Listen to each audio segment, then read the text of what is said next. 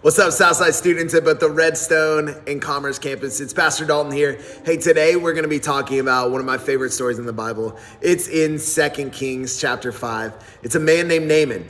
You see, Naaman was an army leader. He was actually the lead of the army of Aram. And Aram in this period of time was constantly raiding Israel. But you see, God had given over parts of Israel for Aram to be successful in victory in. And in the moment of one of these things, they captured a little girl. We're going to get to that in a little bit. But I got a question for you. Is it hard for you to trust the process when you're not sure if God's in it? Is it hard for you to trust the process when you're not seeing God working through the moments in your life where you're like, man, where's God at? Like, I want to trust you, God, but are you even here? Well, today in this story, we're going to see Naaman deal with a moment like this. So getting back to his story. So Naaman has this problem that many of you maybe have heard of. It's called leprosy.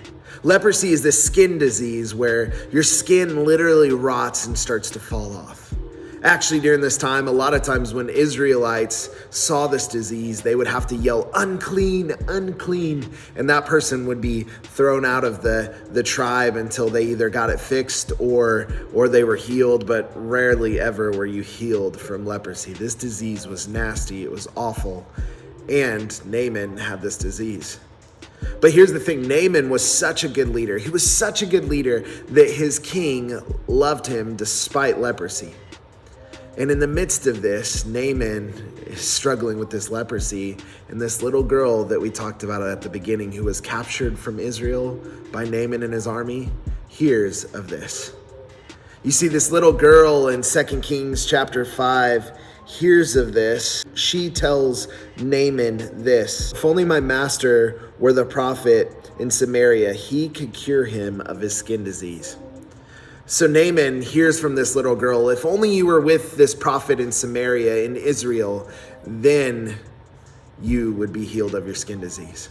So Naaman hears this, he gets excited about it, he tells the king makes provisions. They go to Israel with letters in hand, and essentially, long story short, they get to the prophet Elisha. Now Elisha is inside his house. The men and all of Naaman's men and Naaman arrive at Elisha's house. And they say, hey, we're here. And Elisha tells him, go dip 7 times in the Jordan River. Now, Elisha doesn't go out and say this. He stays inside his house. And this makes Naaman upset because Naaman deserves a little respect. But Elisha says, hey, man, do what I say. So Naaman goes away frustrated, and one of Naaman's men says, hey, bro, wouldn't you have listened to the prophet no matter what he said anyways? Maybe you should do it. So Naaman goes to the Jordan River.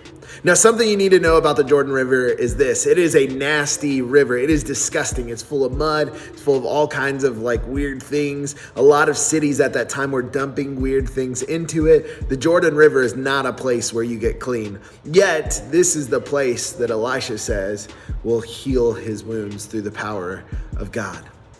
So here's Naaman. Naaman goes to the water and he dips down once. He comes back up. And I imagine as he's coming back up, he's like, literally, nothing has changed. The question of, will you trust the process when you're not sure if you could see God working in it, is big right now for Naaman.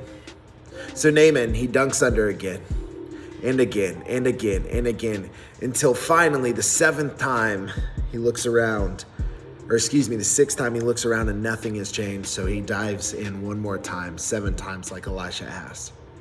And the 7th time, the Bible tells us that when he comes out of the water, his skin is so restored and clean and new that he looks like a young boy. Naaman, through the process, he trusts it. He gets so excited that his leprosy is healed that he runs back to Elisha's house and he tells Elisha, I will worship no one but the God of Israel. I will worship no one but your God, Elisha, because surely if he has this power, he is the almighty God. He is greater than any God I've ever worshiped before. He is the one true God. I love this story because in the midst of all of these hardships that Naaman has, he trusts the process. He may get frustrated along the way, and you may too.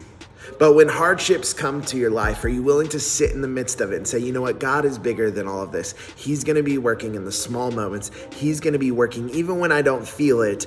Am I going to trust the process? Today in small group, I want you to think about that. Think about what it looks like to trust the process. I hope you guys have a great small group talk. We will see you here next week at Southside. Bye.